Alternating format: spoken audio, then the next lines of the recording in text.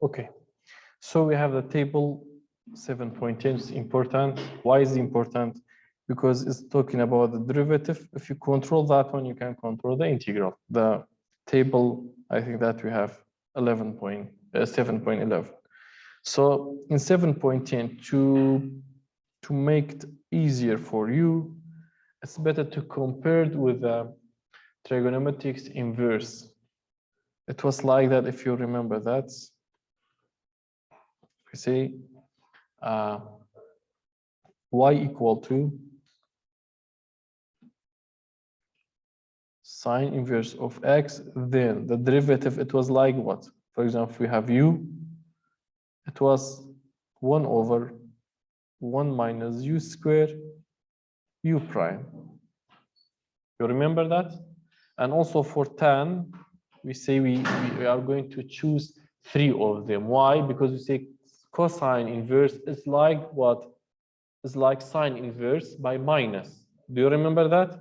So we summarized by 3 rules. So we have tan of u inverse, I mean. We say the tan derivative of tan inverse is equal to 1 over 1 plus u square u prime. The last one, it was second of u, second inverse, I mean, u prime, it was 1u, u square minus 1, u prime, sometimes use that absolute value, and I said if you didn't do it, it's okay for me. So if you have these 3 rules, you can compare it with that 6th one. How? You can compare the sine hyperbolic inverse as look like cosine as sine inverse, but we have instead subtraction, we have addition here. Understood? And if we change these location together like a sine, if we just change, we will get cos inverse.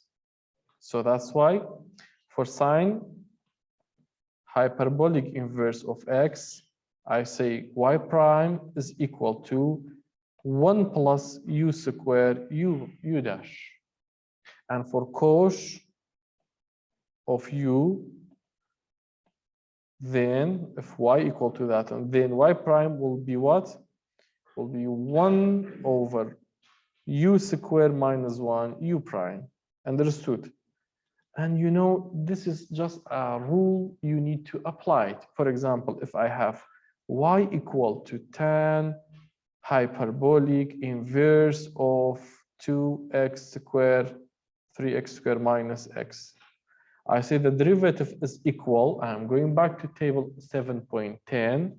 Then I say is equal to what? Equal to 1 minus u squared u prime. In that case, I have 1 over itself, and derivative of u is equal to what?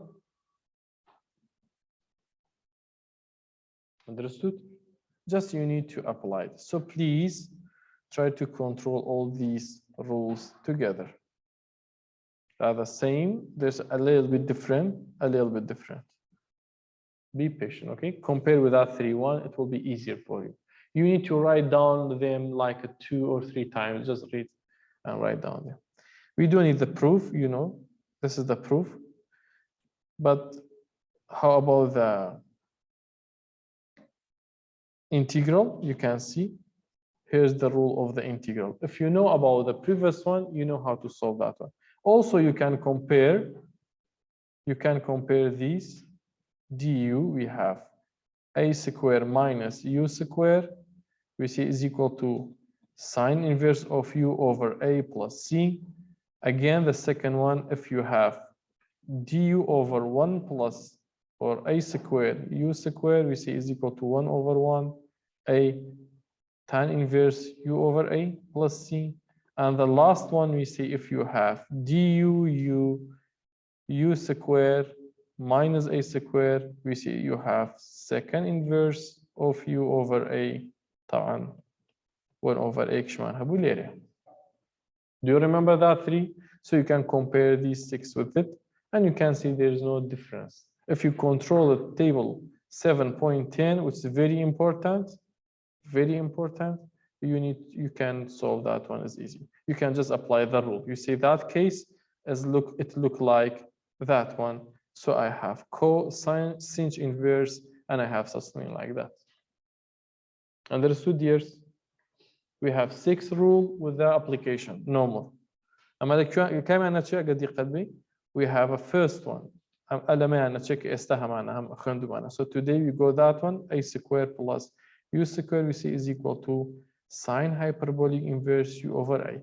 How do you know? Because in the table I got that the derivative is like that. That's why. كذا derivative y, so the antiderivative is equal to what? It will be here. Understood here?